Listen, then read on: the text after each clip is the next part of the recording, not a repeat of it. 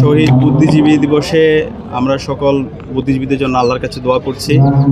আল্লাহ পাক সুবহানাহু ওয়া তাআলা যেন সকল বুদ্ধিজীবীদেরকে যারা শহীদ হয়েছেন সবাইকে জান্নাতুল ফেরদৌসে মেহমান হিসেবে কবুল করে। আল্লাহুম্মা আমিন।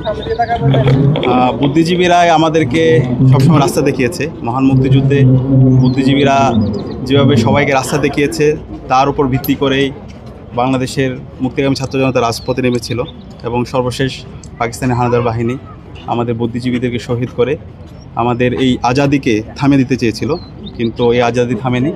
আমরা আমাদের নতুন ভূখণ্ড পেয়েছি, স্বাধীন ভূখণ্ড পেয়েছি। সুতরাং আমাদের এই শহীদরা আমাদের এই জাতির শ্রেষ্ঠ সন্তান, বুদ্ধিজীবীরা আমাদের শ্রেষ্ঠ সন্তান।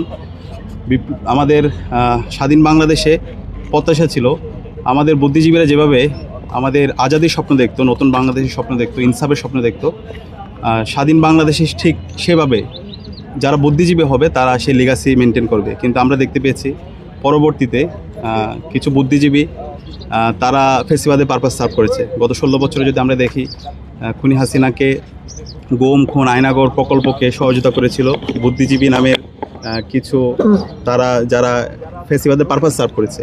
তো আমরা আশা রাখবে, আমাদের আশা থাকবে বুদ্ধিজীবীরা সবসময় দেশের মাটি ও মানুষকে ধারণ করবে, দেশের স্বাধীনতা, সার্বভৌমত্ব, অখণ্ডতাকে ধারণ করবে এবং দেশের জন্য, ইনসাফের জন্য সবসময় কথা বলবে। তরুণদের উদ্দেশ্যে আপনার কি প্রত্যাশা? এই বুদ্ধিজীবী হত্যার পিছনে যে দলটা, আপনি সেই দলটা বিলং করেন, এই জামায়াতে ইসলাম, এই জায়গাতে নতুন প্রজন্মের প্রতিনিধি হিসেবে আপনার মধ্যে অনুশোচনা আছে কি? এই জামায়াতে ইসলামী তখন এই রাজাকার আলবদর আল শামস হয়ে যে এই বুদ্ধিজীবী হত্যার পেছনে কাজ করে, এটা দেখেন, আমি বাংলাদেশ ইসলামী ছাত্র শিবিরের দায়িত্বে আছি। দেশের স্বাধীনতা, সার্বভৌমত্ব, অখণ্ডতার জন্য আমরা সবসময় আপসহীন। আমাদের এই দেশের যারা মুক্তিযোদ্ধারা আছে, আমাদের যারা শহীদরা আছে, তারা হচ্ছে জাতির শ্রেষ্ঠ সন্তান।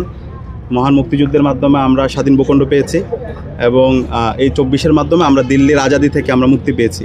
সুতরাং এই বাংলাদেশের রাজনীতি করতে হলে বাংলাদেশকে ধারণ করতে হবে। বাংলাদেশপন্থী যারা আছে তারা এই বাংলাদেশের রাজনীতি করবে এবং এই স্বাধীন বাংলাদেশে আমরা সবাইকে নিয়ে একসাথে, বাংলাদেশপন্থী আমরা যারা আছি সবাই একসাথে আমরা স্বাধীন বাংলাদেশ বিনির্মাণ করব। ধন্যবাদ।